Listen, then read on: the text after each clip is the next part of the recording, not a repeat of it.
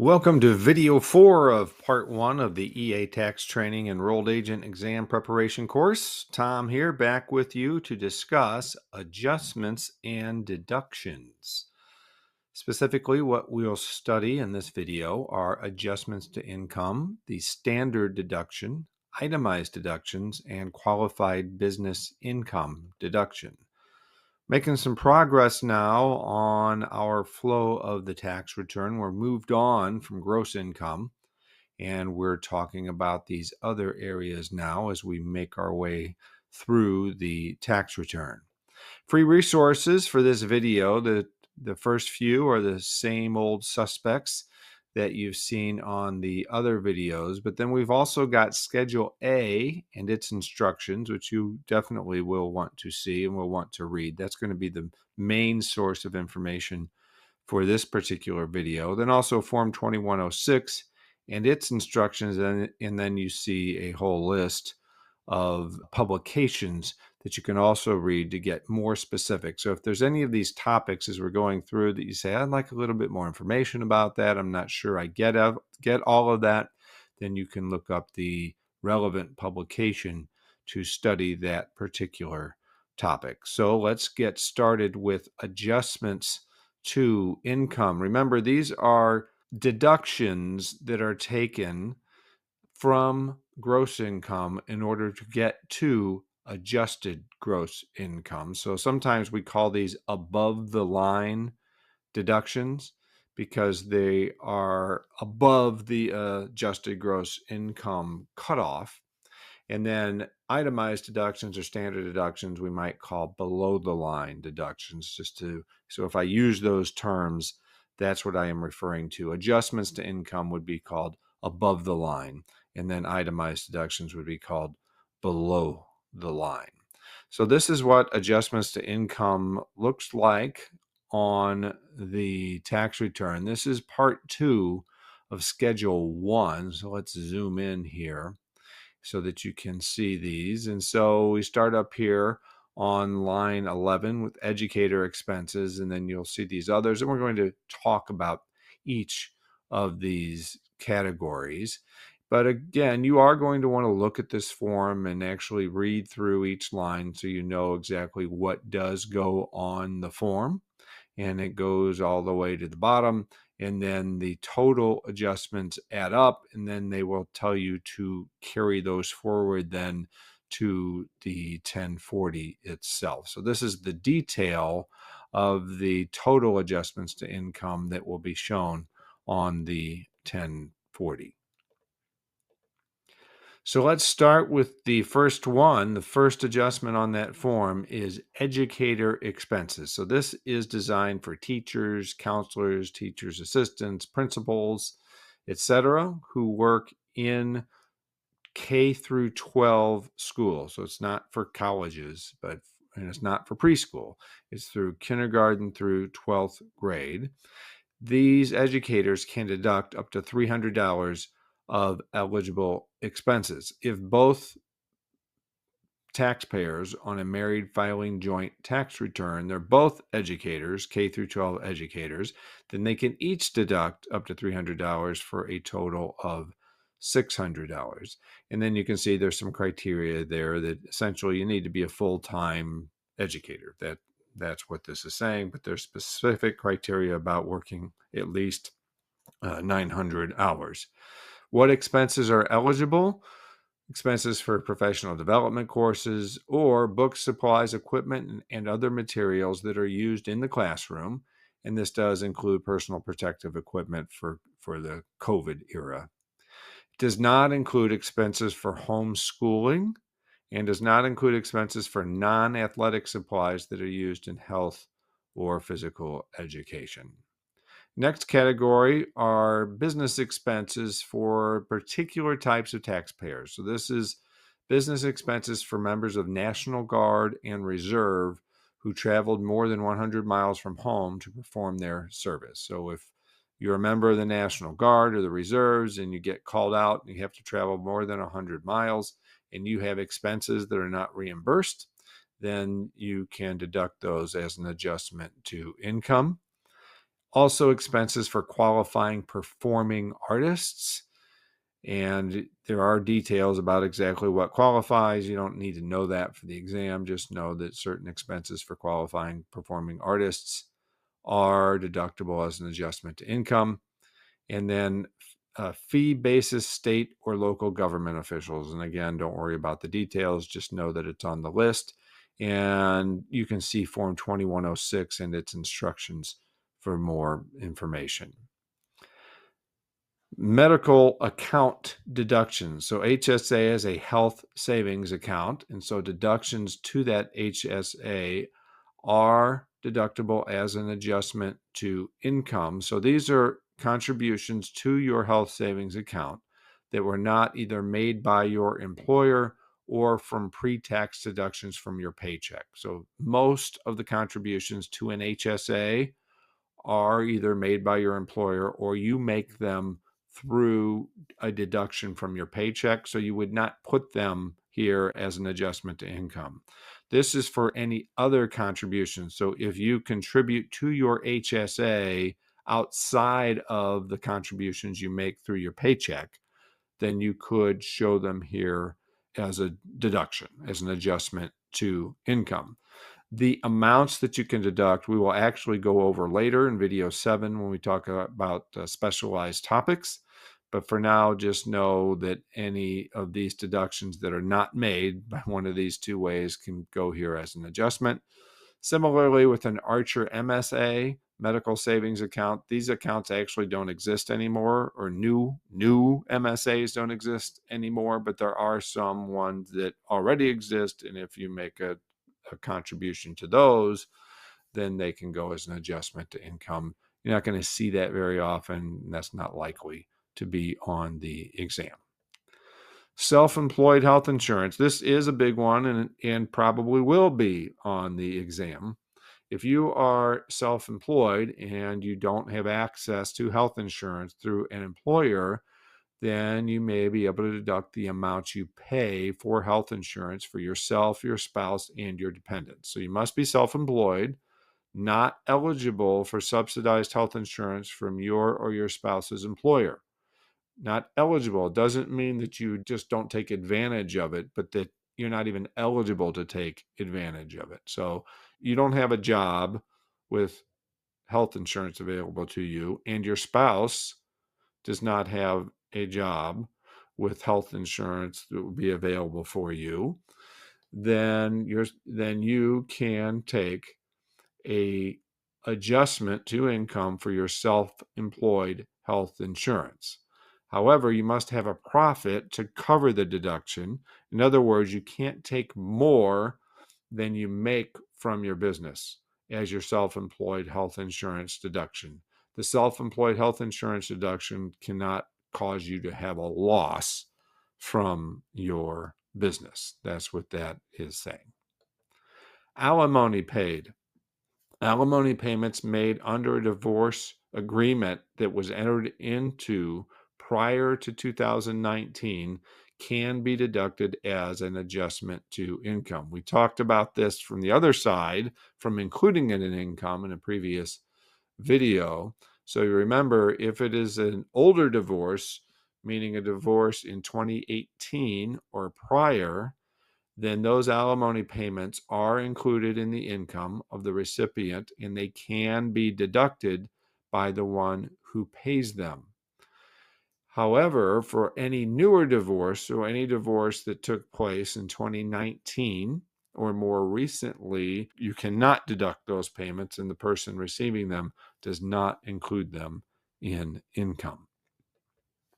Retirement plan deductions. If you are self-employed or a partner, you may be able to take this deduction. This is for a SEP, a simple, and for qualified plans. And we're going to go over all of the amounts and all of the details in later videos. Also, an IRA deduction. If you made contributions to a traditional IRA for 2023, you may be able to take an IRA deduction. And again, there's all kinds of qualifiers to that, but we will talk about that in a later video. For now, just know that these contributions can be adjustments to income.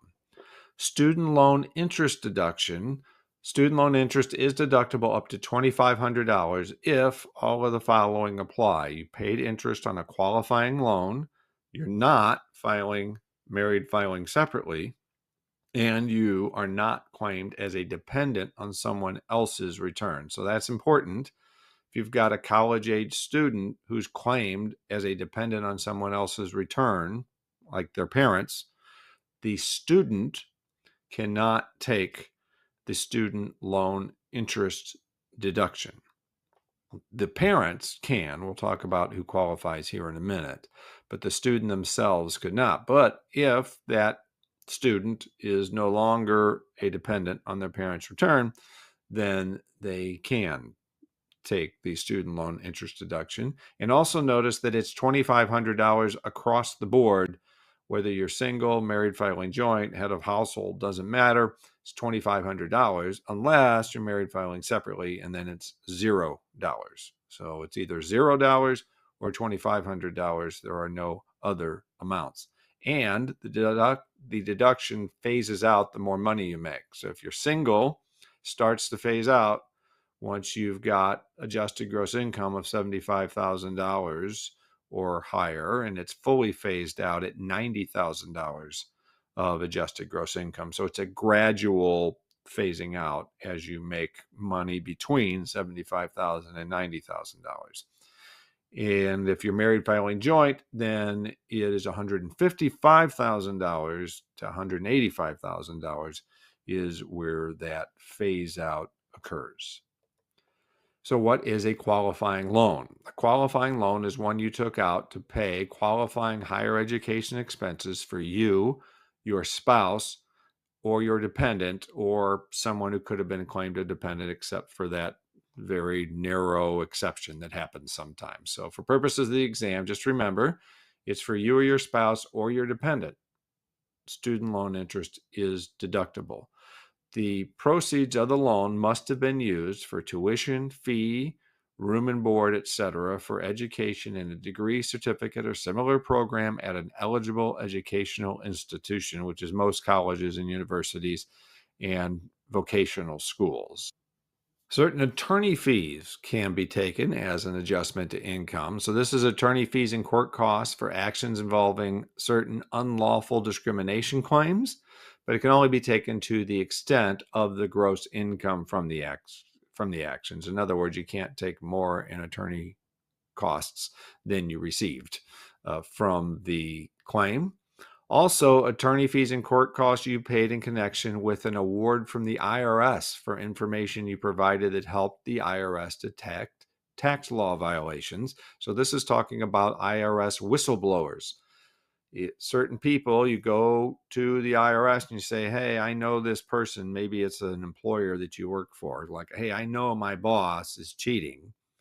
You can go and be a whistleblower, and the IRS will give you a percentage of the amount that they recover as a result of that. And so any attorney fees and court costs that you paid in connection with getting that money, you can deduct as an adjustment to income. Other adjustments to income, the self-employment tax. This is an important one you'll want to know. You can deduct 1/2 of your self-employment tax as an adjustment to income. Remember, this is considered the employer's share of Social Security and Medicare, because self-employment tax is a combination of the employers and the employees' Medicare and Social Security. That's what self-employment tax does. Since you don't have a regular W-2 job that is withholding those taxes, instead you pay self-employment tax, and you pay twice as much as you would pay as if you just had a W-2 job, because you are paying both your portion as an employee as well as the employer's portion, since you are self-employed. So 1/2 of that, the employer's portion, you can deduct as an adjustment to income. You will want to know that for the exam. Certain moving expenses, used to be moving expenses were deductible as an itemized deduction for most employees if you met certain criteria. Well, right now they are not, unless you are a member of the armed forces on active duty and due to a military order you move because of a permanent change of station. If you have unreimbursed moving expenses, you can deduct them, but you don't itemize them. Instead, you take them as an adjustment to income. Penalty on early withdrawal of savings. We talked about certificates of deposit in a previous video where you can have a penalty if you take the money out early. So if you have that or any penalty from any other type of savings account that you take an early withdrawal from, then you can deduct that penalty as an adjustment to income. Jury duty pay. So if you go to jury duty and they give you money, sometimes your employer will go ahead and pay you as if you worked that day. And in exchange, you hand over the money you made from jury duty to your employer. If that happens, you can deduct the amount of that jury duty pay that you turned over to your employer as an adjustment to income. So you include it in gross income and then you deduct it out to get to adjusted gross income. Olympic medals, the non-taxable amount of the value of Olympic and Paralympic medals and prizes that those athletes get that are reported as other income are deducted as an adjustment to income. So in other words, they are non-taxable, but you still report them as gross income, and then you deduct that same amount as an adjustment in order to get to adjusted gross income. So they're included in gross income, but not adjusted gross income. Reforestation expenses, certain reforestation, amortization, and expenses can be deducted as an adjustment to income. Supplemental unemployment, so certain supplemental unemployment benefits that are received can be deducted. This is not normal unemployment. Normal unemployment is taxable and you don't get to adjust it off. This is just a very narrow exception for certain supplemental unemployment.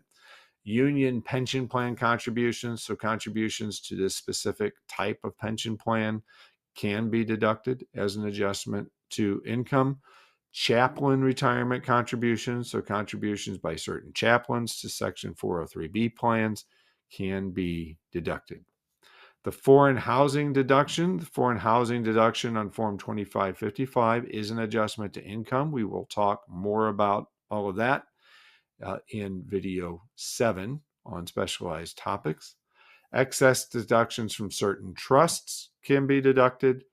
And if you get a 1099-K, remember this is a 1099 from either credit card processing or from these online like Uber and Lyft, those type of online quote unquote jobs that you can have. It's not technically a job since you're self-employed, but if you get a 1099-K and it's incorrect, the amounts are not right, then you still report them as other income, but then you deduct them as an adjustment to income. And you want to report them as other income because the IRS has this matching program. Their computers are going to try to match the amount reported to them by the payer on 1099-K with your tax return. So if you don't put that amount on your tax return as income, then the computer is going to spit out a notice and say, hey, this doesn't match, and you're going to have to write a letter and explain. So rather than going through all that, what you do is you put the amount as income, as other income, and then you adjust it off here as an adjustment to income, assuming that it's incorrect. Obviously, if it's correct, then you just include it in income and move on. But if for some reason they make a mistake and it's incorrect, this is how you handle that. So that's it for the adjustments to income. So you start with income that we covered in videos 2 and 3. That's gross income. You subtract these adjustments to income, and that leaves you with adjusted gross income, or AGI as it is commonly called. Now we'll talk about the standard deduction. You get to choose. So most people, and we'll talk about the exceptions here in a minute, for most people, you get to choose to either take itemized deductions or the standard deductions, and you can choose whichever one results in the lowest tax. These days, I forget the exact percentage, but it's something like 80% of taxpayers take the standard deduction, because the standard deduction right now is relatively high compared to what it used to be.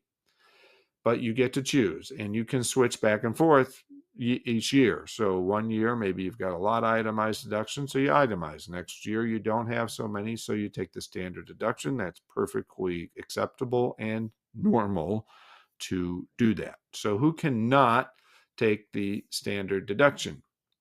If you file married filing separately and your spouse itemizes, you cannot take the standard deduction. So they don't want people playing games like, okay, we'll file married filing separate. You take itemized deductions and I'll take the standard deduction and we'll have a much better outcome. That's not allowed.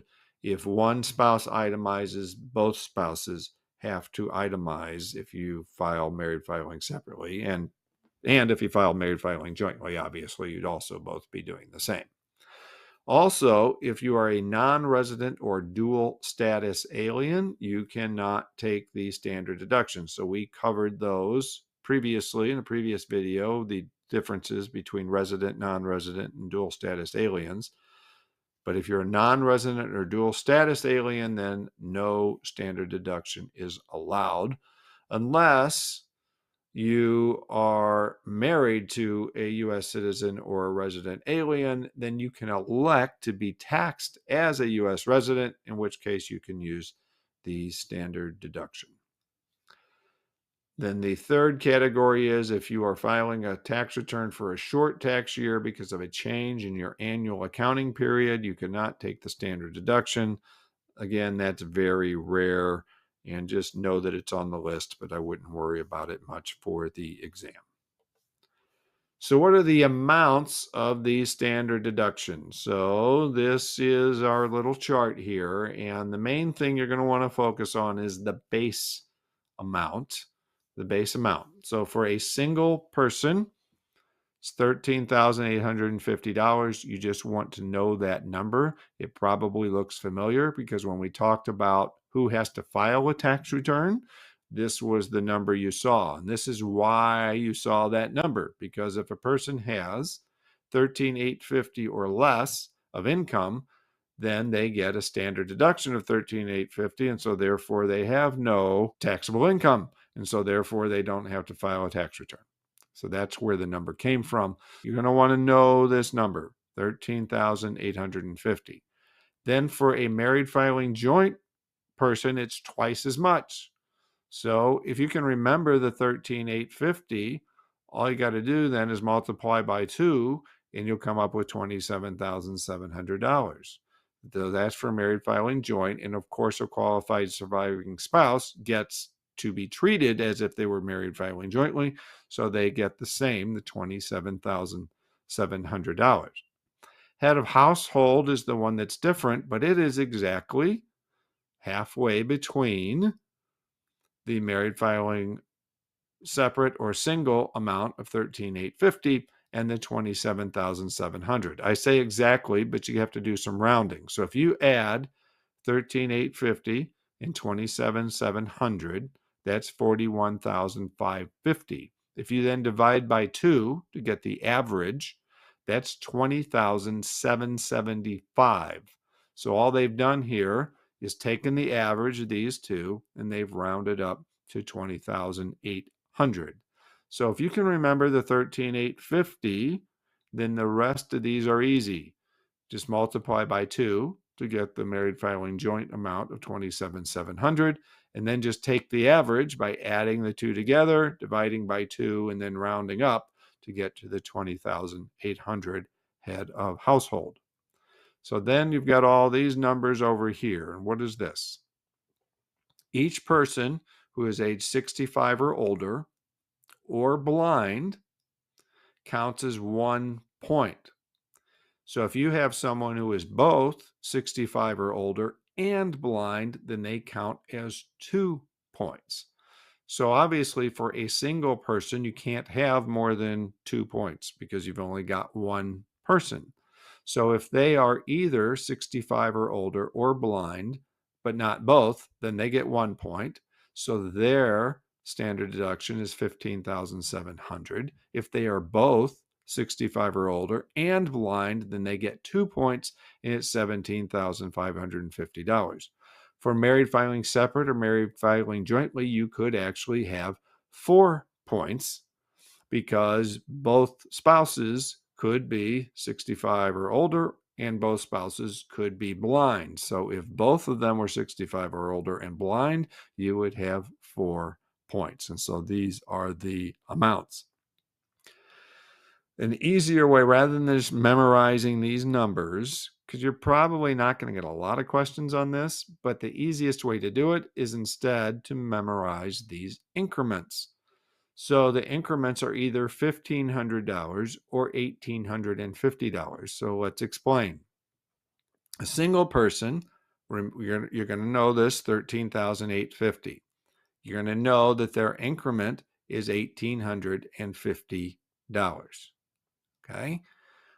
If they have 1 point, because let's say they're age 65 or older, then you take 13,850, you add the increment is 1,850, and that gives you $15,700. If they are both 65 or older and blind, you know that that's 2 points, so you're going to add 1,850 twice. So you take 13,850 plus 1,850 plus 1,850, and that will give you $17,550. And it's the same way with all of these. You can see it's $27,700 for married filing jointly. If you had 2 points, that would be $3,000, $1,500 times 2, and so you would add 3,000 and you come up with 30,700 for 2 points, and so on and so forth for the rest of this chart. So you can see the chart kind of looks intimidating when you first see it, but if you can just remember these simple things, the 13,850 and then the increment amounts, and you have to remember that single and head of household are the same, and then all the married ones, including qualifying surviving spouse, they're all the same. Okay, single, head of household, 1,850. All the married ones are 1,500. And once you know that, you've got this whole chart memorized and it won't be a problem on the exam. If you can be claimed as a dependent on someone else's tax return, then those standard deductions that we just went over do not apply. So again, maybe you're a teenager, you can be claimed as a dependent on your parents' return, or maybe you're an elderly person and you can be claimed as a dependent on your children's tax return, or any other situation in which you are a dependent on someone else's tax return. Then your standard deduction is limited to the greater of $1,250 or your earned income plus $400. Of course, that's up to the amount of your regular standard deduction. So if you're not a married person, you can't go over $13,850, obviously. But let's say you can be claimed as a dependent on someone else's return and you have $600 of earned income, your standard deduction would be $1,250 because you get to take the greater of $1,250 or your earned income plus $400. If you are 65 or older or blind, you can add $1,850 for each point if single and $1,500 for each point if married or qualifying surviving spouse. So those are the same amounts that we talked about on the previous slide. So the same rules apply, that you get to add for each point that amount depending on your filing status to the amount that you have determined up here. So again, you're going to want to study these. I would go back, study that previous chart, and then just go and remember these amounts for a person who is a dependent when you are studying for the exam. Moving on to other items for the standard deduction. If you had a qualified disaster loss in a federally declared disaster area, you can have an increased standard deduction. The standard deduction is increased by the amount of the loss. So let's say you're single, your standard deduction is $13,850, but you had a disaster loss in one of these federally declared disaster areas of $10,000. Well, now your standard deduction is $23,850. You would use Form 4684 to determine what that loss is. Moving on to itemized deductions. These are the categories of itemized deductions. We're going to talk about each of these: medical expenses, taxes, interest, charitable contributions, casualty and theft losses, and other. So we're going to go over each of these, starting with medical and dental expenses. You can deduct medical and dental expenses, however, they are limited. So you can deduct only the part of your unreimbursed and otherwise undeducted medical expenses that exceed 7.5% of your adjusted gross income. So they have to be unreimbursed. So if you have an medical expense, but then insurance reimburses you for that expense, that does not count. You can't deduct that on your tax return. But if you've got unreimbursed expenses, so for instance, you may have a deductible and co-payments, or you may have expenses that were not covered by your insurance. So if they were unreimbursed and you couldn't deduct them anywhere else on your return, then you can deduct them, but only to the extent that they exceed 7.5% of your adjusted gross income. So if you have $100,000 of adjusted gross income and you have $5,000 of medical expenses, that's only 5% of your adjusted gross income. So you cannot deduct any of those unreimbursed medical expenses. But if you had $10,000 of unreimbursed medical expenses, then you could deduct $2,500 of them. You can't deduct the first $7,500 or 7.5% of your adjusted gross income, but the amount over that you can deduct. The expenses you can deduct are for yourself, your spouse, or for any dependents. And again, anyone you could have claimed as a dependent except for they met those particular criteria. For a decedent, you can deduct expenses incurred for a decedent before they died in the year incurred, as long as they are paid within 1 year and 1 day from the date of death. So, in other words, let's think about someone who dies in October of 2023.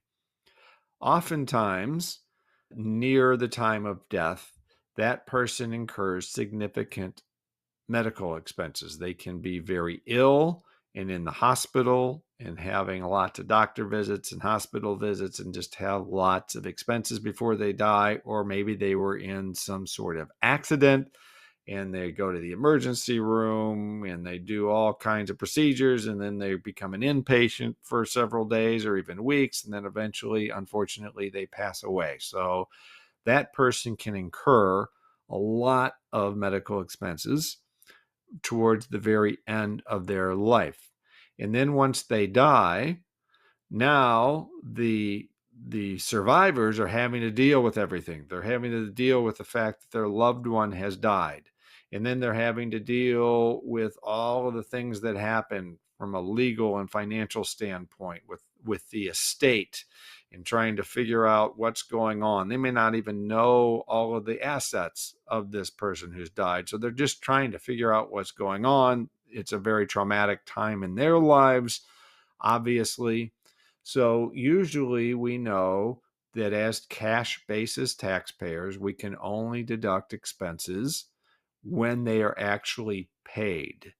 We don't get to deduct them when they are incurred. But this is an exception that is being made for this particular circumstance that says, okay, this person who died had a lot of expenses in the year of death, but because of all the chaos and everything that was going on, maybe those expenses didn't get paid until the following year. And what we're saying is, as long as those do get paid within 1 year and 1 day from the date of death, then you can go ahead and deduct those for the year in which they were incurred, which would be the year of death in this particular example.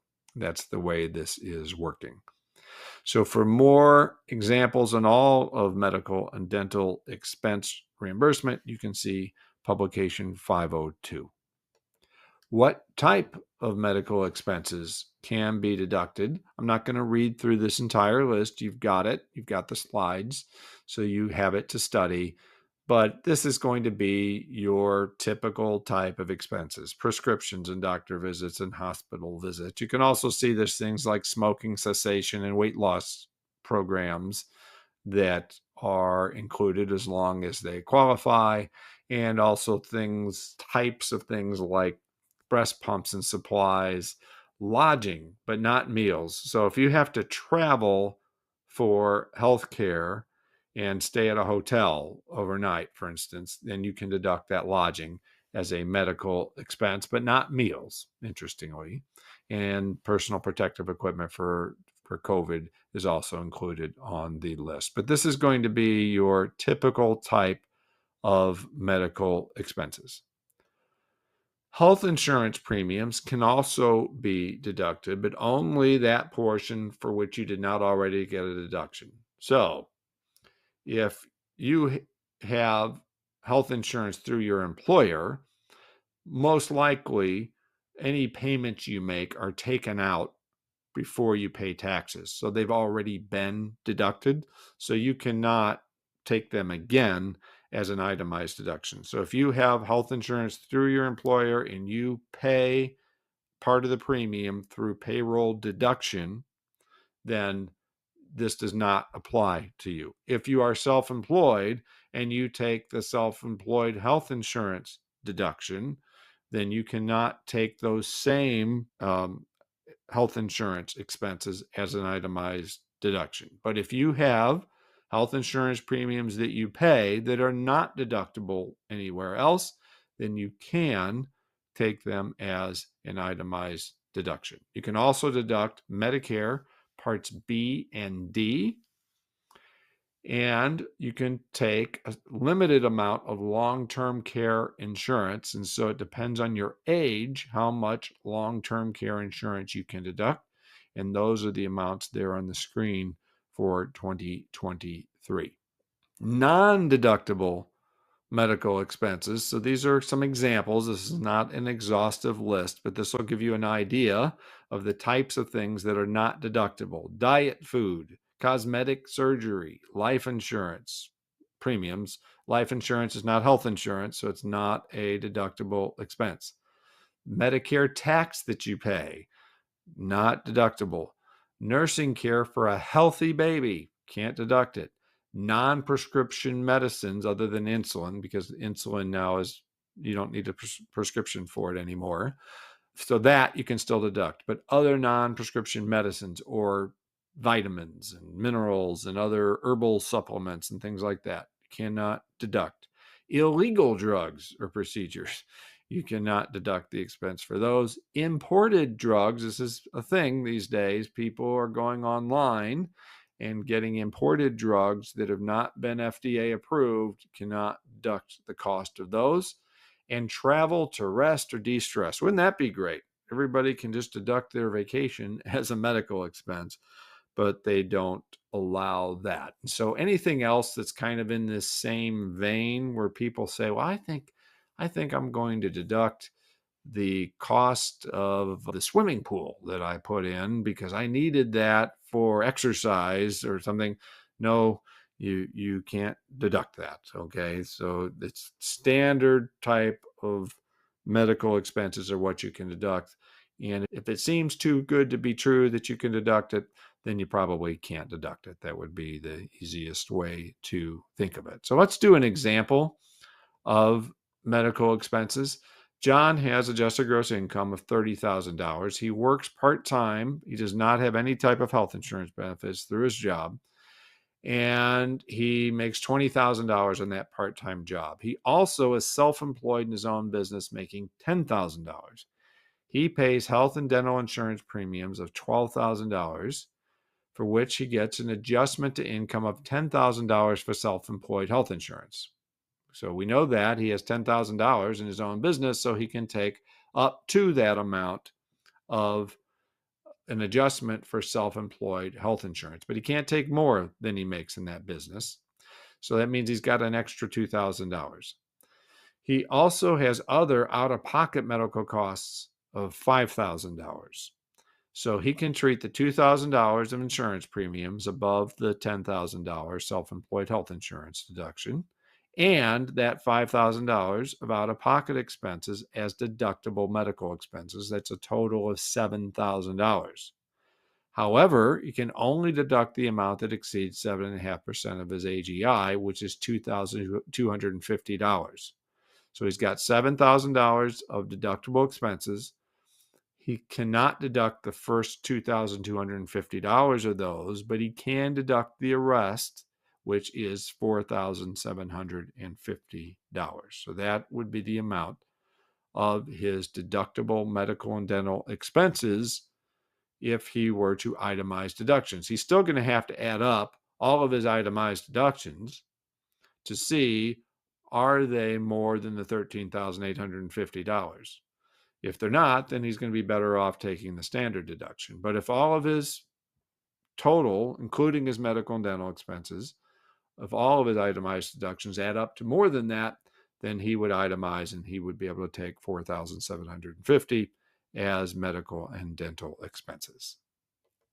Next category is going to be taxes that you paid. So this is a couple of categories: state and local income taxes. And this includes mandatory contributions to state unemployment, workers' compensation, and similar funds.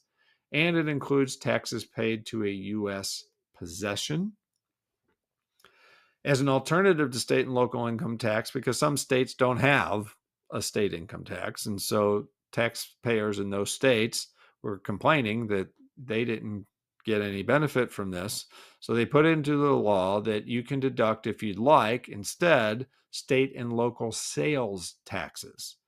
And even states that have an income tax, you can choose to deduct sales tax instead if you want to. So you can either save all of your receipts for all of the sales tax that you paid, which if you want to do that, good for you. But that would be a lot of work.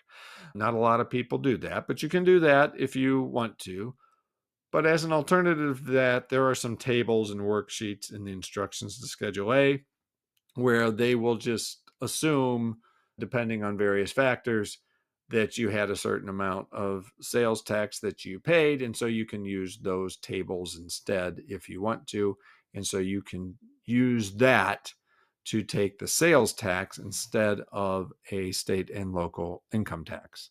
Other types of taxes that are deductible: real property taxes. So this would be on, for instance, your home or a piece of land that you own. You can deduct those taxes, and you can find them. You'll get a form frequently if you pay it as part of your mortgage payment. Then it'll be on your 1098 that says how much you paid in real estate taxes. If you just wrote a check, then you would know how much that you paid. If you sell your home, there's a settlement statement when you sell it, and that might include some portion of taxes for which you are responsible. You can deduct those. This does not include things like special assessments or assessments for items like trash or lawn service. Those are not taxes, and so they are not deductible as taxes. You can also deduct personal property taxes that are based on value. So some states have a tax, for instance, on cars and boats and things that you pay that are based on the value of that item. You can deduct those.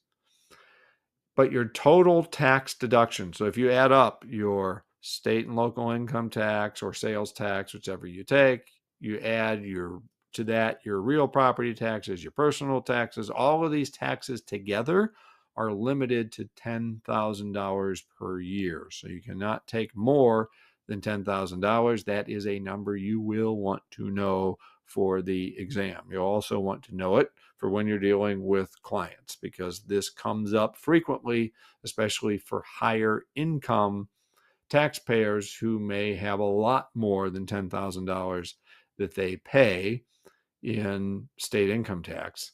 And so you're going to want to remember that it is limited. All taxes, all added together, are limited to $10,000. Some taxes you cannot deduct. So, for instance, federal income taxes. You cannot deduct your federal income taxes or federal excise taxes. You cannot deduct Social Security, Medicare taxes, federal unemployment taxes, and railroad retirement taxes. Customs duties, not deductible. Estate and gift taxes, you cannot deduct. Certain state and local taxes, such as driver's license and marriage fees, taxes on gasoline, car inspections, and special assessments, are not deductible. Foreign, personal, or real property taxes are not deductible, but you can deduct foreign income taxes, though usually it's better if you take a credit for those foreign taxes paid instead, and that is talked about in other videos in more detail. Moving on from taxes to the home mortgage interest deduction, you can deduct mortgage interest with certain caveats and limits. So a mortgage is any loan secured by your main home or second home, regardless of how the loan is labeled. It includes first and second mortgages, home equity loans, and refinanced mortgages. So when we say the loan is secured by your home, what that means is that the lender has essentially like a lien, if you will, on your home, meaning if your home is sold, then the title company, when they do a search on the title, they're going to find that there's a mortgage, and they are going to pay off that mortgage before they give the homeowner the proceeds to the sale of that house. So the house is acting as collateral for the loan. That's what we're talking about here. And it doesn't matter what, even if it's not called a mortgage, if you have a loan and your home is a collateral for that loan, then that is considered a home mortgage. And a home here can be a house, a condominium, a cooperative, a mobile home, a boat, or a similar property. It just must provide basic living accommodations, including sleeping space, toilet, and cooking facilities.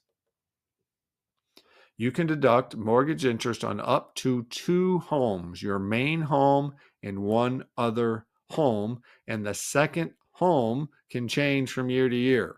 So you might have more than one, you may have more than 2 homes, you may have 3 or 4 homes. Well, you can only deduct mortgage interest on up to 2 of those homes, but you can change the second one each year. So maybe you have a mortgage on 2 other properties, and the mortgage interest is higher on one of those properties one year than it is the other year, well, you can switch back and forth between those other properties for your second home. You should look for this Form 1098 mortgage interest statement from your lender. Could also be on a closing statement when buying or building, similar to the taxes that we talked about before. And there is a publication that covers home mortgage interest deductions in more detail. So now let's talk about the limits on mortgage interest. The main thing you're going to have to, when you're doing tax returns, you need to talk to the taxpayer, because the limit is the loan proceeds had to be used to buy, build, or substantially improve your home. If the proceeds were used for anything else, they are not deductible as home mortgage interest. So sometimes people get a second mortgage or they get a home equity loan and they use the money for something other than improving their house. They use it to pay off their car loan or their credit cards. They use it to go on vacation. They use it for some other purpose. Well, if they use it for any other purpose other than improving their home, then it is not deductible as mortgage interest. Now, if they use it to invest in a business or to buy other types of investments, then that interest might still be deductible, but not as home mortgage interest. It may be deductible as business or investment expense. But you need to dig down with your taxpayer to find out. I mean, if it's just one mortgage that they got when they bought the house, then that's fine. That's not a problem. It's these either refinancing, when they refinance, they might do a cash out refinancing where they get more money back in their pocket. You have to find out, what did they use that money for? And if they didn't use it on the home itself, then it is not deductible as mortgage interest. But if you refinance a loan and the original loan was used to buy, build, or substantially improve the home, then the new loan still qualifies, as long as you didn't get extra cash and use that cash for something else. There are also limits on the dollar amount of the mortgage. So for any loan that was taken out before December 15th of 2017, you can deduct interest on a loan of amount of up to $1 million, $500,000 for married filing separate. If the loan was after December 15th, 2017, then that amount goes down to $750,000. So you can deduct interest on a loan of up to $750,000 or $375,000, married filing separately, for a loan that was taken out after December 15th of 2017. There is a narrow exception if you took the loan out for this couple weeks, the end of 2017. I wouldn't worry about that for purposes of the exam. But you do want to remember these. It's $1 million prior to December 15th, 2017. That's the amount of the loan, $1 million maximum, and $750,000 after December 15th, 2017. Points. So sometimes when you get a home mortgage interest, you pay points, which is a percentage. A point is 1% of the loan, and sometimes you pay points up front. So the general rule is that loan points are not deductible in the year that they are paid. Instead, they're deductible ratably over the term of the loan. So if it's a 30-year loan, you would deduct 1/30th of those points over the 30 years. However, if you meet certain criteria when buying or building a home, such as the mortgage qualifies, the points are based on a percentage of the loan, and they are reasonable, your cash out of pocket is at least as much of the points, etc. So there are rules that go with this. But if you meet those rules, then you can deduct those points in the year that they were paid. You can also deduct similar points on a mortgage loan that's used for home improvements if you meet those same criteria. So we would think that points, generally, you have to deduct them each year over the life of the loan. But if it is a qualifying mortgage, and you don't have to know every detail of what qualifies for the exam, but if it's a qualifying mortgage, just know that you can deduct those in the year that they were actually paid. Investment interest. So we've been talking about home mortgage interest, but there's other types of interest that you pay. Investment interest can also be deducted if you meet certain criteria. So this is interest on a loan used to generate taxable investment income. It does not include interest allocable to passive activities. Remember, we talked about passive income and non-passive income. Well, you can't deduct it if it's for a passive activity, and it does not include interest for tax-exempt securities. So if you use the money to buy tax-exempt securities, well, you're not going to have to pay tax on the income from those securities, so you don't get to deduct the interest that you paid to buy those securities. And in order to determine the amount of your investment interest deduction, you would use Form 4952.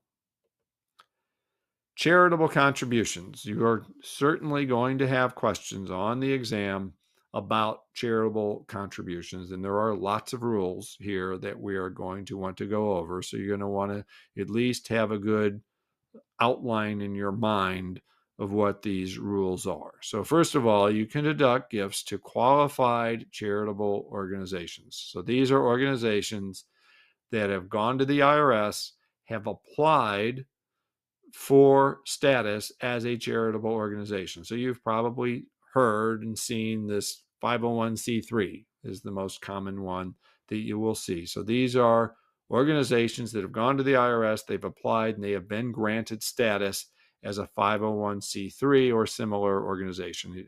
There are other 501 organizations that qualify as well. It's just 501c3 is the most common one. So these are organizations that are established for religious, charitable, educational, scientific, etc. purposes, and they've applied for and they have gotten their status as one of these organizations. The contributions that you can deduct, they can be in cash, or they could be in property, or they could be out-of-pocket expenses that you paid to do volunteer work for that organization. Those out-of-pocket expenses include a mileage amount. So if you drive as a volunteer for one of these organizations, you drive, then you do get to take a mileage deduction. And you can see on the screen how much it is. It is 14 cents per mile, which these days is kind of a joke, honestly, when you see that business mileage is 65.5 cents or something. It's a much bigger amount than this.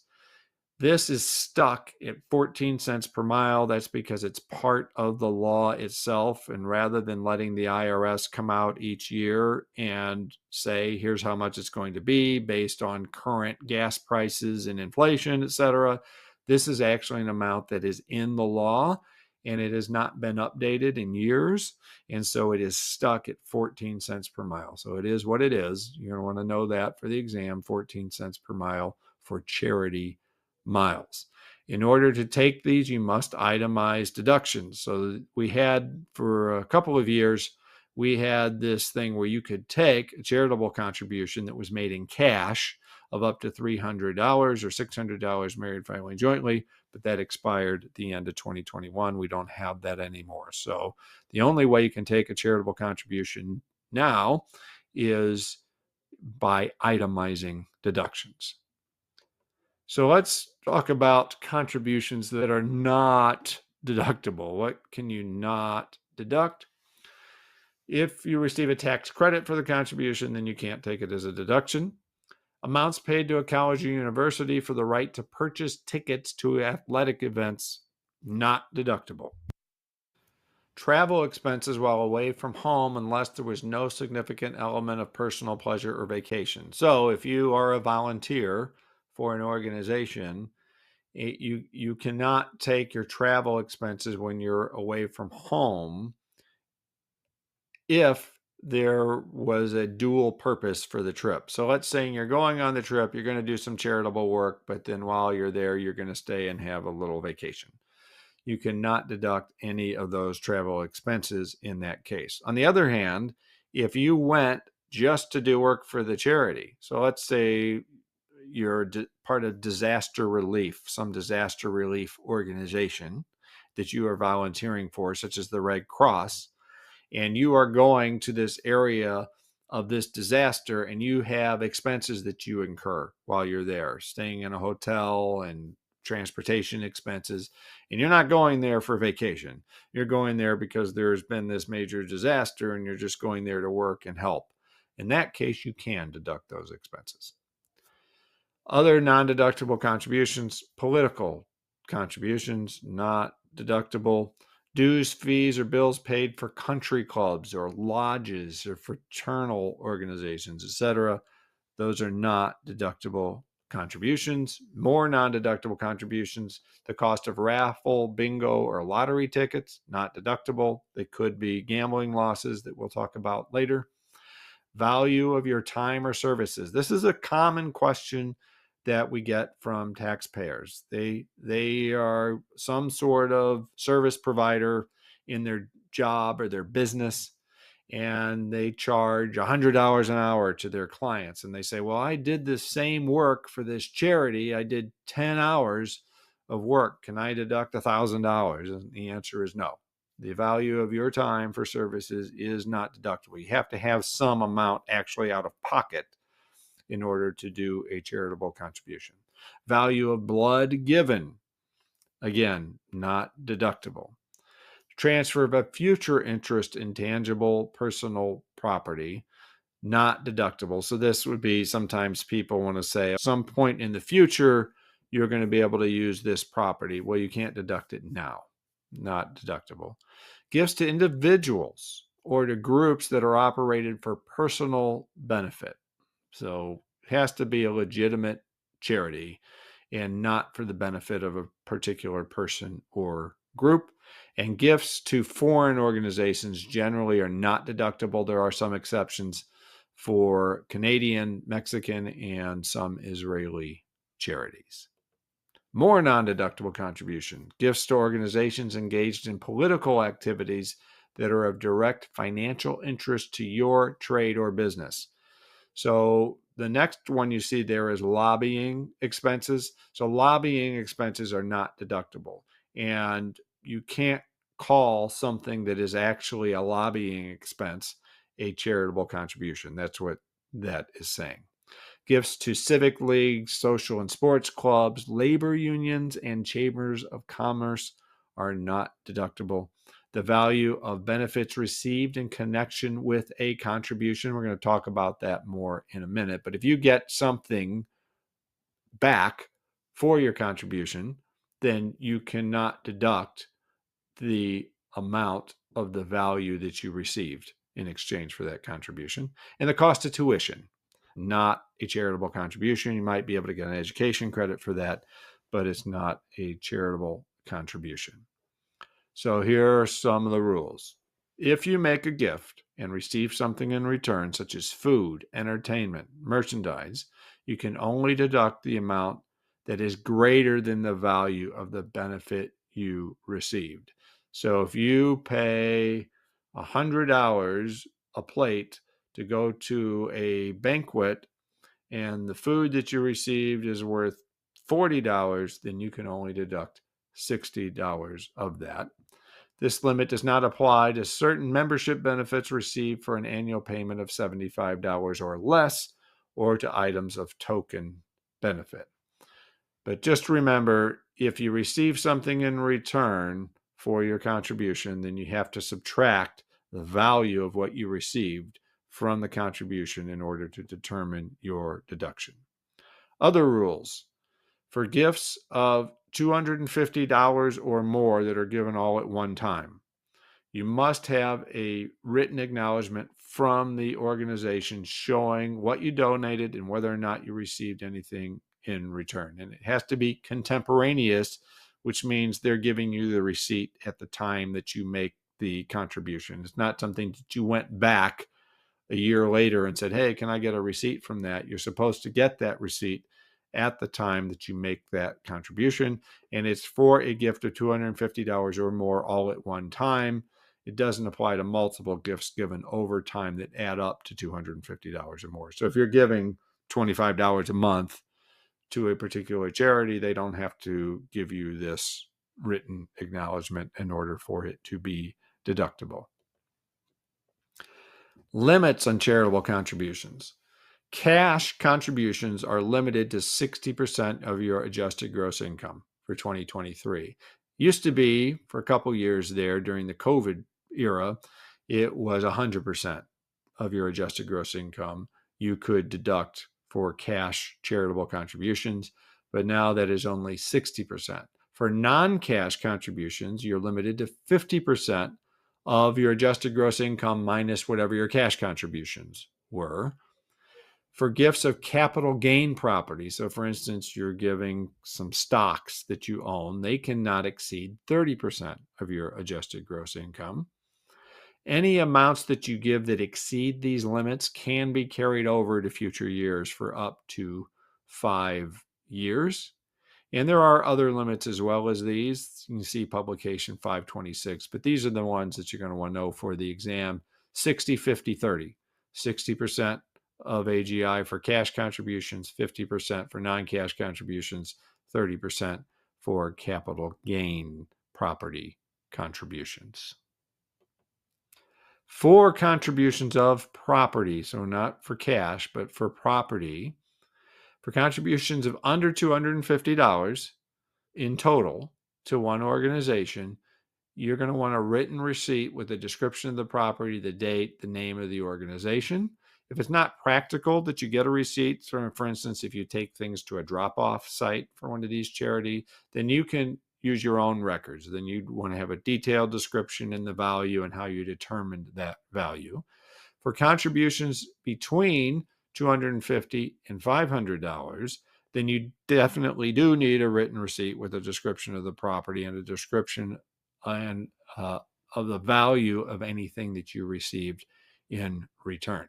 For contributions of property between $500 and $5,000, then you have to file this form, Form 8283. It provides a more detailed description. It also, you have to put on there when you acquired this property that you are contributing, how much you paid for it, what condition it's in, whether or not the donee has certified it for a related use to its charitable purpose, and other things that are on that form. For contributions of property over $5,000, you still have to file Form 8283, and you have to have a written appraisal from a qualified appraiser. So you're going to remember, over $500, you need the 8283. Over $5,000, you need also, in addition to the 8283, you need a written appraisal from a qualified appraiser. There are special rules for valuing certain classes of property. So first of all, clothing and household items. So this is very common. People take bags or boxes of clothes and other household type of items to charitable organizations like Goodwill and other similar types of organizations. Those items, in order to be deductible, must be in good used condition or better, unless they have an appraisal for $500 or more. So if it's a very expensive item, it may not be in great condition, but it's still worth a lot of money.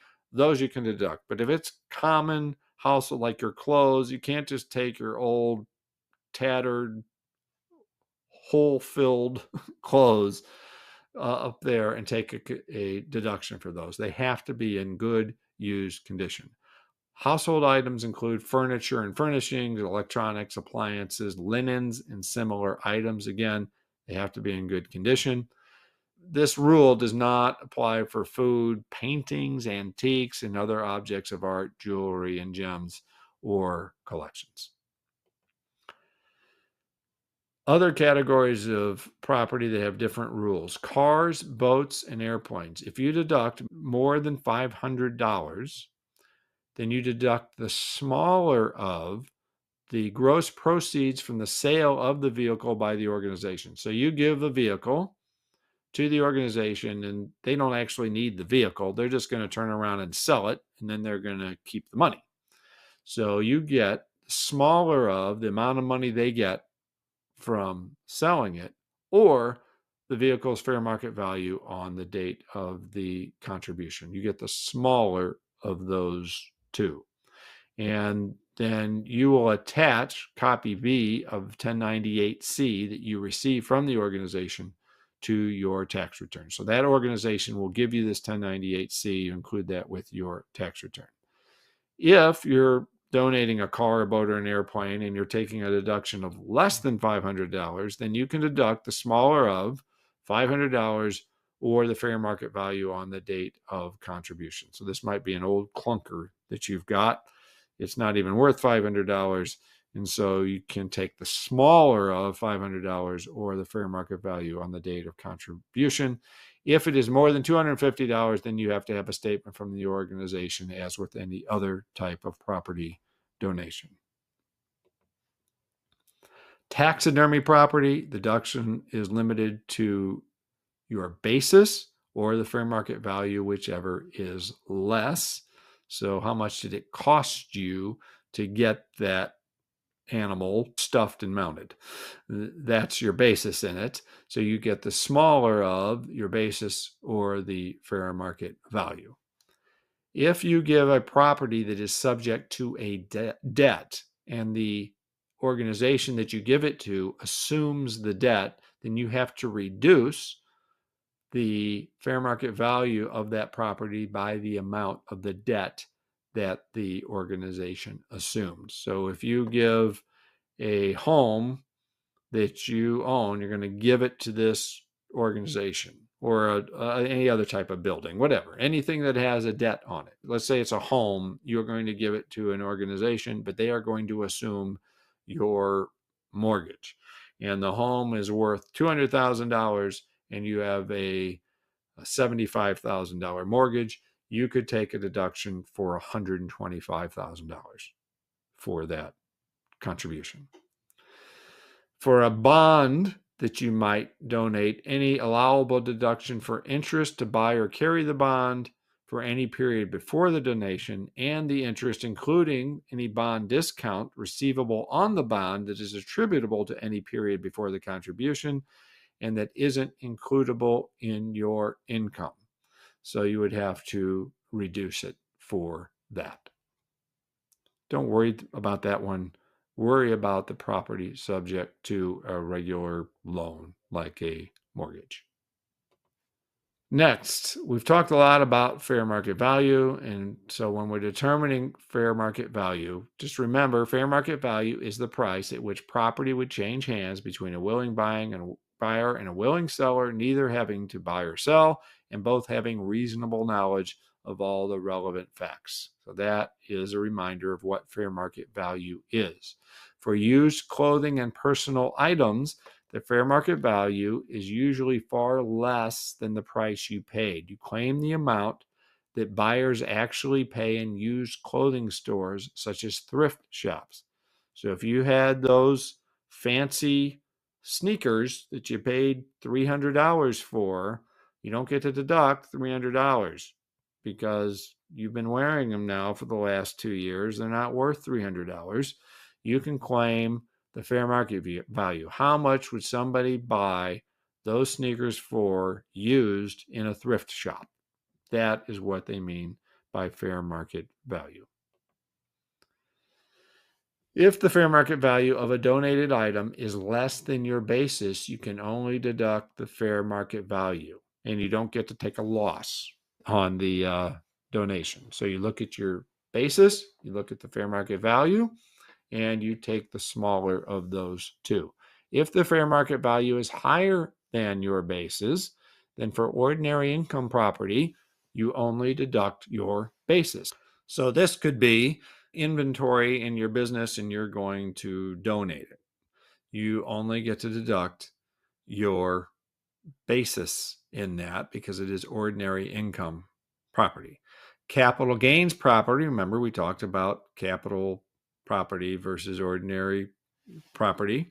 So for capital gains property, usually you can deduct the fair market value of that property. Again, this assumes the fair market value is higher than your basis.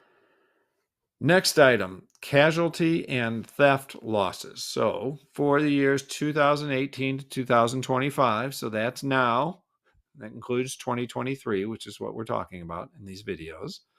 You can only deduct losses of personal use property from firestorm, shipwreck, or other casualty or theft if the loss is attributable to a federally declared disaster area. So this is not just any old disaster. It has to be a federally declared disaster area. Even then, you have to deduct $100 from each loss and then add up the remaining amount of all your losses and deduct only the amount that exceeds 10% of your adjusted gross income. We're going to do an example to explain this, but for now, no, you have to deduct $100 and then only the amount that exceeds 10% of your adjusted gross income you can deduct. For losses of income producing property, there's other itemized deductions covers that. But for now, casualty and theft losses, for other types of property, this is the rules of how it works. So here's an example. Terry lives in a federally declared disaster area due to a flood. She had a car destroyed that was not covered by insurance and was valued at $2,000. She also had $500 of items stolen by looters. Her AGI is $30,000. First, she reduces each loss by $100, leaving a $1,900 loss on the car and a $400 theft loss for a total of $2,300. Since 10% of her AGI is $3,000, none of the casualty and theft losses are deductible. So, unfortunately, even though she did have these losses, they were legitimate losses, they are not deductible as itemized deductions. Casualty and theft losses that you cannot deduct. Money or property that is misplaced or lost. Breakage of china, glassware, furniture, and other similar items under normal conditions.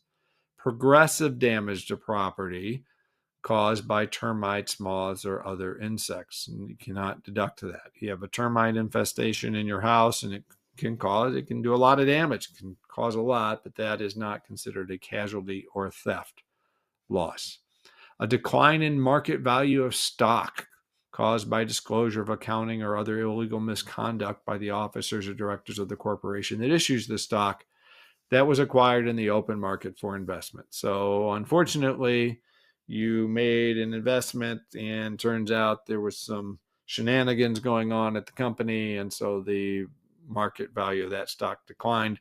That is not considered a casualty or theft loss. Gain realized on the main home. Again, we're talking about casualty or thefts still here. So if you lose your main home in a disaster, so this is your main home, this is not a second home or a third home like we talked about with mortgage interest, but this is your main home. If it was in a federally declared disaster area, and if you realized a gain upon reimbursement, in other words, let's say you got insurance proceeds for that, and the insurance proceeds that you got are greater than the basis that you have of your home, then you may not have to pay tax on that gain. Any gain on the reimbursement for unscheduled personal property does not have to be realized. So there's two things here. One is on the home itself. You're in a disaster area and you get insurance, you lose your home, you get reimbursement for that, then because you're in that disaster area, then you don't have to pay tax on the gain as long as you meet certain criteria. Any gain on reimbursement for unscheduled personal property does not have to be recognized. So you have personal property, it's unscheduled, means it's not listed specifically on a home insurance policy. So some things you schedule. You have a very valuable piece of jewelry. You may have a wedding ring or a tennis bracelet or a very valuable necklace. Those are scheduled property because on your insurance, you're telling the insurance company, look, I have these specific items that I want to insure. Those are scheduled. And so if you had a gain on those, you actually could have to recognize it. But any gain on unscheduled personal property does not have to be recognized. Any additional insurance proceeds that you receive for the home or its contents are treated as received for a single item of property, and any replacement property you purchase to replace lost items are treated as a single replacement property. Therefore, you can choose to recognize the gain only to the extent of the insurance proceeds exceed the total replacement costs. Replacement costs, not basis. If you choose to postpone the gain, the period in which you need to replace the property is 4 years after the end of the first year in which any part of the gain is realized. So what this is talking about is you're in a federally declared disaster area. You lose your main home, and now insurance comes in and they give you money to replace that home and any property that is in that home.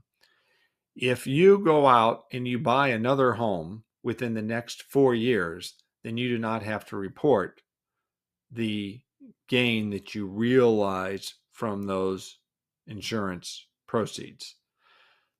All that'll happen is your new home and the items in the home, now your basis in those, you still got the same basis you had before. So someday when you sell that replacement home, you're going to have possibly tax on that, unless you meet the exception for a gain on sale of a home. But for now, you don't have to pay any tax on that. So you lost your property and you replaced that property within 4 years, then you don't have to pay tax.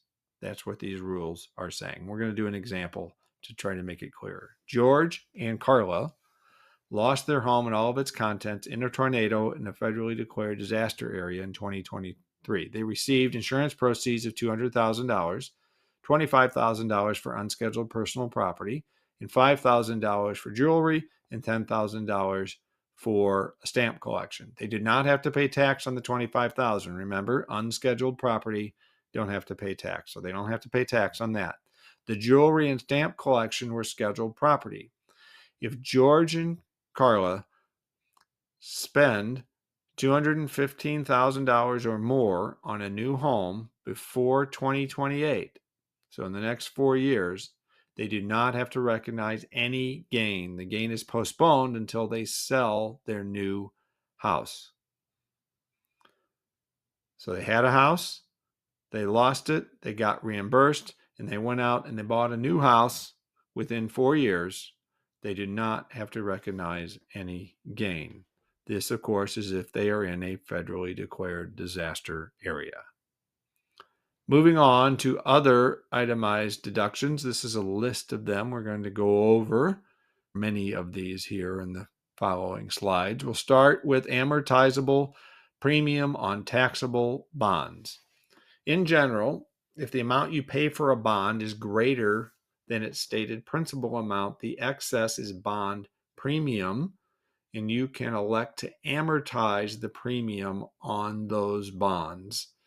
The amortization of the premium is generally an offset to interest income rather than a separate deduction.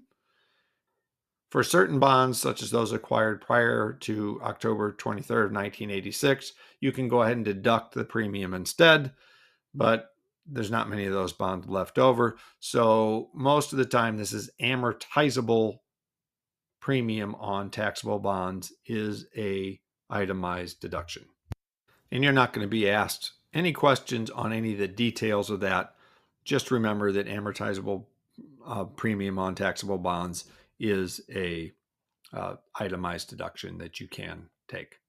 Fines or penalties. So in general, fines and penalties are not deductible. So for example, parking tickets, tax penalties, penalties deducted from teachers' paychecks after an illegal strike, you cannot deduct those. There are some exceptions if the amount constitutes restitution or they're paid to come into compliance with the law. So you can read through those and know those. Just in general, know that fines and penalties are not deductible. And then there's a few very narrow exceptions. Gambling losses. Gambling losses are deductible as an itemized deduction up to the amount of your gambling winnings. So if you have gambling winnings, you must report those as we have discussed previously. If you itemize deductions, then you can deduct your gambling losses up to the amount of your gambling winnings. So you cannot report a net gambling loss for the year. And you cannot simply reduce your gambling winnings by your gambling losses and report the difference. Unfortunately, you can't do that. So you can't say, well, yes, I won $10,000 on this slot machine, but, I actually put in $8,000 into the slot machine before I won the $10,000. So I'm just going to report $2,000. Not allowed to do that. You have to report the full $10,000. And then if you itemize deductions, you can deduct those $8,000 as an itemized deduction. And you have to keep records to prove that you had those losses. You can't just say, I had the losses. You have to have some sort of records that you kept, such as a gambling diary, that say what your losses were.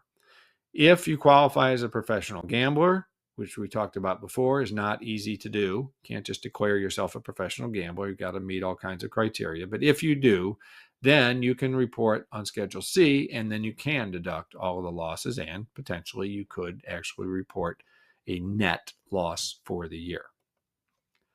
Home office deduction. This is a deduction for the use of part of your home regularly and exclusively for business, such as an extra room that you use to run your business. It must be your principal place of business or the only place where administrator or management activities can be performed. This can be deducted by an owner or a renter, and it cannot be deducted if you are as an employee. It has to be as a business that you are running. There are two methods, the simplified method and the regular method. So the simplified method came in a few years ago. We didn't used to have this. It's kind of nice to have it. And what it says is you can take $5 per square foot for the area used regularly and exclusively for business, but there's a maximum of 300 feet. That means the maximum deduction you can take per year is $1,500. Then there's the regular method. This method, the deductions are based on a percentage of the home devoted to the use, and usually that's based on square feet. So you take the square feet that you use for the business, you divide it by the total square feet of the living space, and use that percentage to deduct things like mortgage interest, insurance, utilities, repairs, maintenance, depreciation, or rent that you pay. So that's the regular method. Then there is the simplified method. So you're going to want to just kind of understand both of those methods, how they work, and understand the limits on the simplified method. The regular method, there are no dollar limits on it, other than you just take a percentage of each of those expenses. So it's limited only by the amount of the expenses and the percentage of space used for the home office. Losses from a Ponzi scheme are actually deductible as an itemized deduction. Repayments under claim of right. So if you included income of $3,000 or more in a previous year because you thought you had an unrestricted right to that income, and then you find out later that you have to pay it back, then you can take a deduction for the amount that you paid back. That's not a normal circumstance, but it happens occasionally. Not deductible. Charitable contributions for non-itemizers. We already covered that. Used to be deductible above the line as an adjustment to income. No longer exists. Mortgage insurance premiums are no longer deductible. Used to be able to deduct those. Can't do it anymore.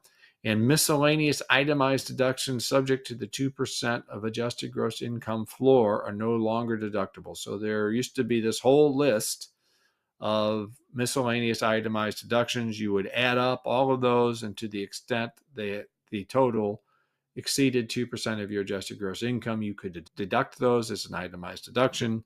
Those are no longer deductible, at least through 2025. So we'll see what happens after 2025. That's it for itemized deductions. So now we're going to talk about qualified business income deduction. The overview of this is that business owners may be eligible for a deduction of 20% of their qualified business income, plus 20% of their income from real estate investment trusts or REITs, and their income from publicly traded partnerships or PTPs. This is called the Qualified Business Income Deduction, or it's sometimes called the 199A deduction. So if you are talking to someone, they talk about the 199A deduction, this is what they're talking about, the Qualified Business Income Deduction.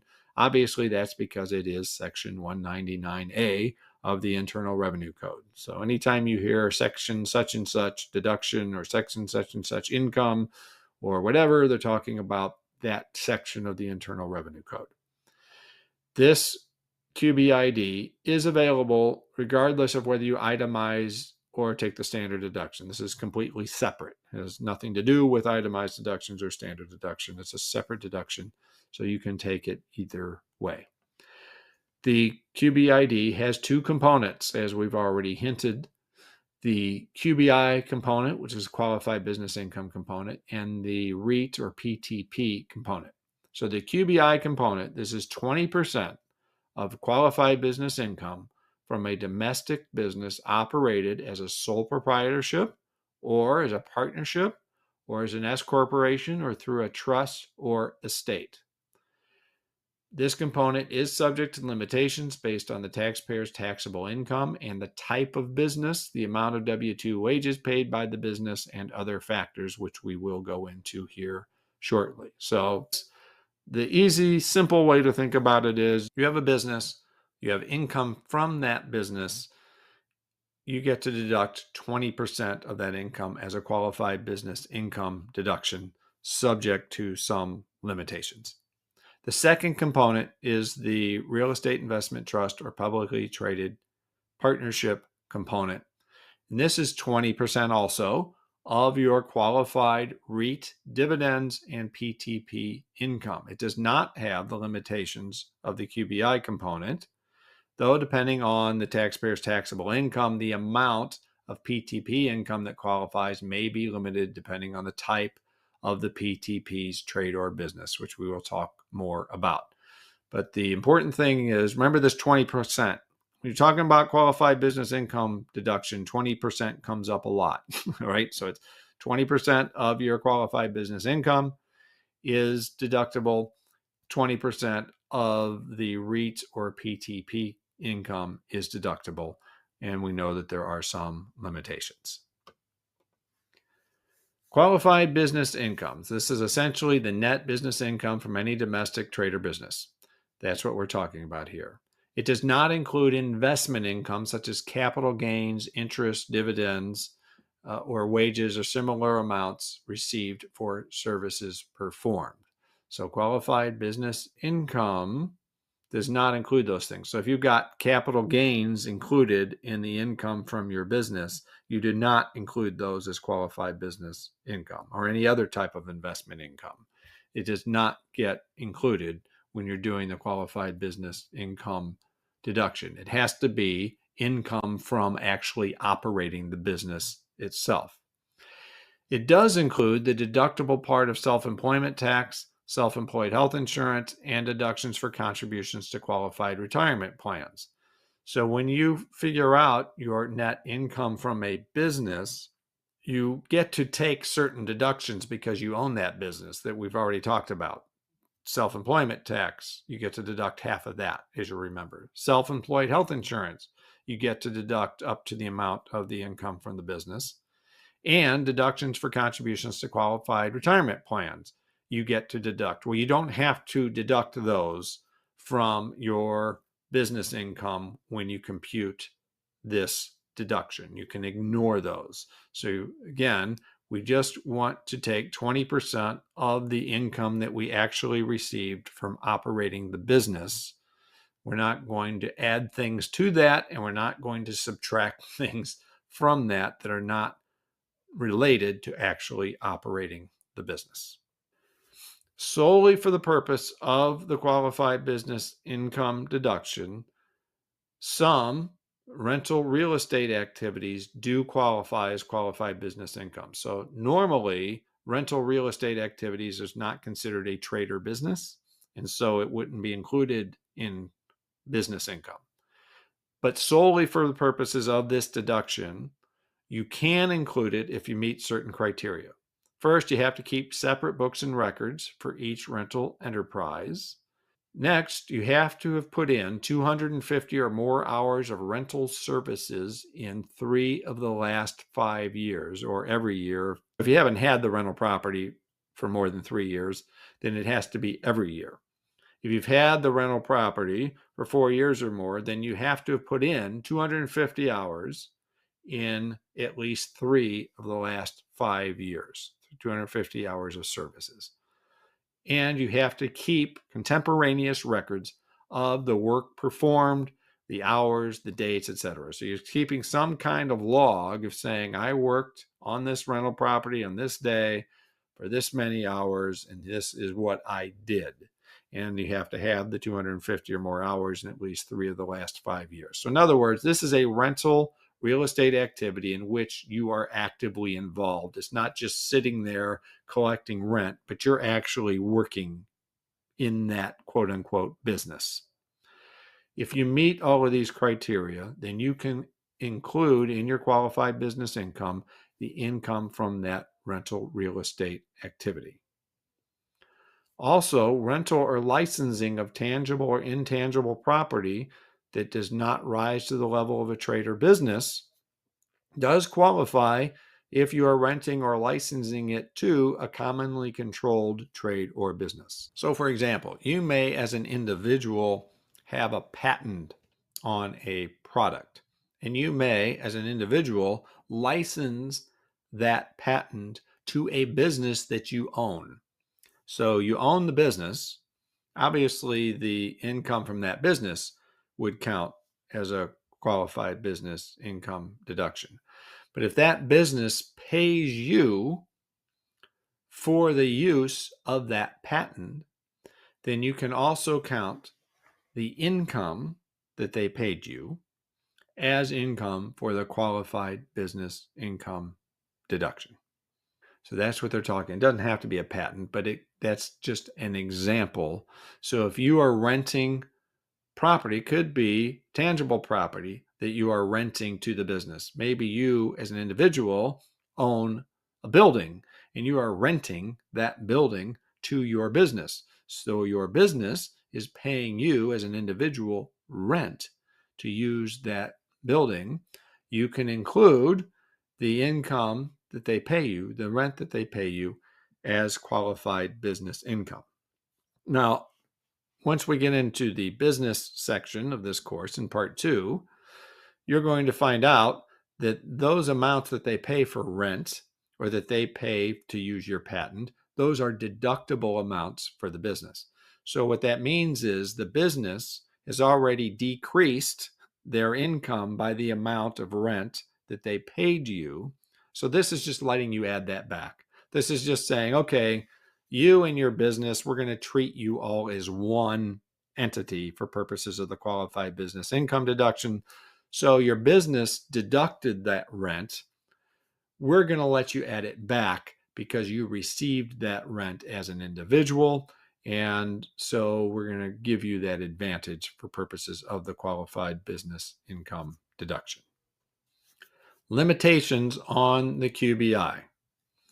If your total taxable income is at or below $182,100 as a single person, or as married filing separate or head of household, or $364,200 if you're married filing joint, then there are no limitations. So if taxable income is below those amounts, no limitations. For taxable income over those amounts, there are limitations, and it depends on the type of business that you have. There's something called a specified service, trade, or business, and then there's non-specified service, trade, or business. So depending on which type of those you have, there will be limits. But remember, if total taxable income is below $182,100 or $364,200 married filing jointly, then there's no limitations. You don't have to worry about the next couple of slides. But if taxable income is over those amounts, then you do have to worry about the next couple of slides. If you have a specified service, trade, or business, such as law, medicine, accounting, actuarial services, consulting, financial services, professional athletes, performing artists, etc., there's other ones as well, but those are examples. Then the amount of the qualified business income deduction phases out the more money you make. If you're married filing jointly, it phases out starting at $364,200 of taxable income, and it phases out up to $464,200 of taxable income. So in other words, Once you have more than $464,200 of taxable income, you're going to get 0 QBID.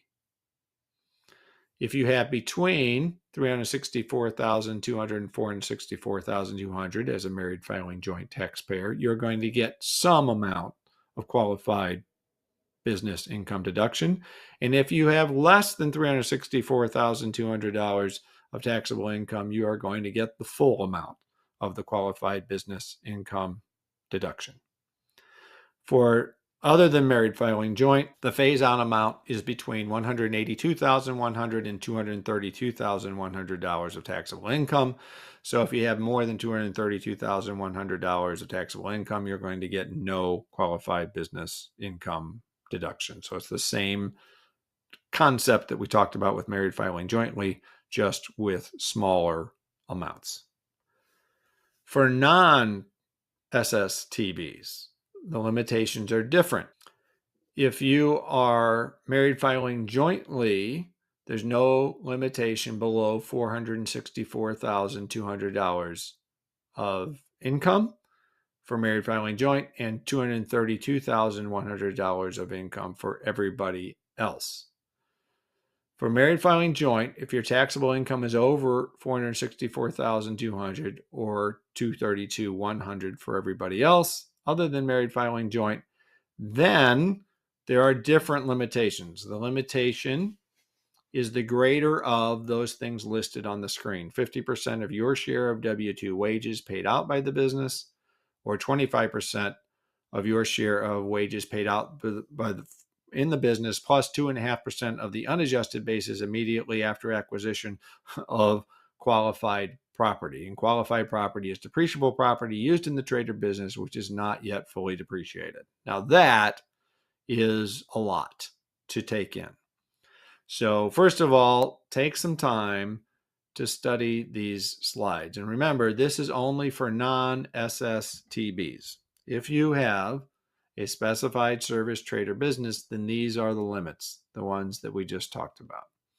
If you have a non-SSTB, then the limits are different. First of all, know that there's no limit below taxable income of $232,100 or $464,200 married filing joint. Only if taxable income is over those amounts for a non-SSTB do you have any limits. And if you do, then these are the limits as we have explained.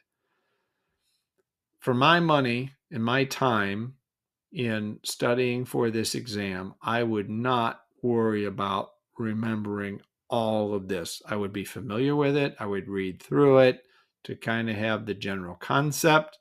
I wouldn't worry about the specifics of it, but could be tested on the exam. They're more likely to test larger global issues rather than getting into all of these details, but you at least want to be familiar with the concept. Okay, moving on to the REIT and PTP component. This is the second component. It gets added to the first. And again, here's that 20% number. It's 20% of the dividends received from a real estate investment trust and 20% of income received from a publicly traded partnership. So first, let's talk about these REITs and PTPs. These are often traded much like stocks, but they're not corporations, so they're not stocks. It's a real estate investment trust, and it is a publicly traded partnership. But they are traded like stocks. So if you have income from these entities, then 20% of that income is deductible as part of the qualified business income deduction. The PTP component is limited if it's generated by an SSTB following similar rules. So we're not going to go into all of those rules again. Just remember, if the PTP is one of these SSTBs, then there's going to be limits. But most PTPs, you don't have those limits. So the thing you want to remember is any income from a REIT or a PTP, you get to take 20% of it with this narrow exception. calculating the qualified business income deduction. You add together the qualified business income component and the REIT or PTP component. And when you do that, the total cannot be more than 20% of taxable income minus capital gain. So there's that 20% number again. If it comes to qualified business income and it's a question about percentage, it's a good chance the answer is 20%. Let's do an example.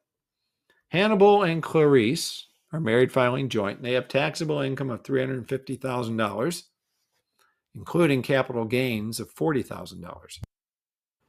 Their Schedule C construction business generates QBI of $290,000. They also own several REITs, which generated $40,000 of dividends for them. So this is how the QBID is calculated. Their QBI component is $290,000 times 20%, which is $58,000. Their REIT PTP component is $40,000 times 20%, which is $8,000. So their total tentative QBID is $66,000.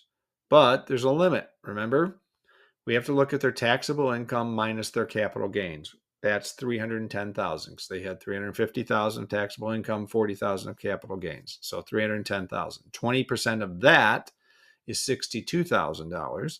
So that means their QBID is limited to $62,000. So that's what would actually go on the tax return. So let's do a recap. Again, your study time is limited, and they can only ask so many questions about the QBID on the exam. So you don't want to invest all of your time remembering every little rule of the QBID just for a couple of questions on the exam. So what you're going to want to do is remember the broad strokes, the most important components. 20% of the combined QBI and REIT PTP. That's what you get to deduct. The total cannot be more than 20% of taxable income minus capital gain. There are limits on the QBI component at higher income levels, and those limits are more restrictive for SSTBs than they are for non-SSTBs. So just get the big pieces in memory and make sure, remember that 20%, and go over these slides again, be familiar with them, and you should be fine for the exam. So that gets us to taxable income. So if we take the income minus adjustments to income gives us adjusted gross income, then we subtract either the standard deduction or the itemized deductions and the qualified business income deduction. That leaves us with taxable income, and that ends video 4. I will see you on video 5.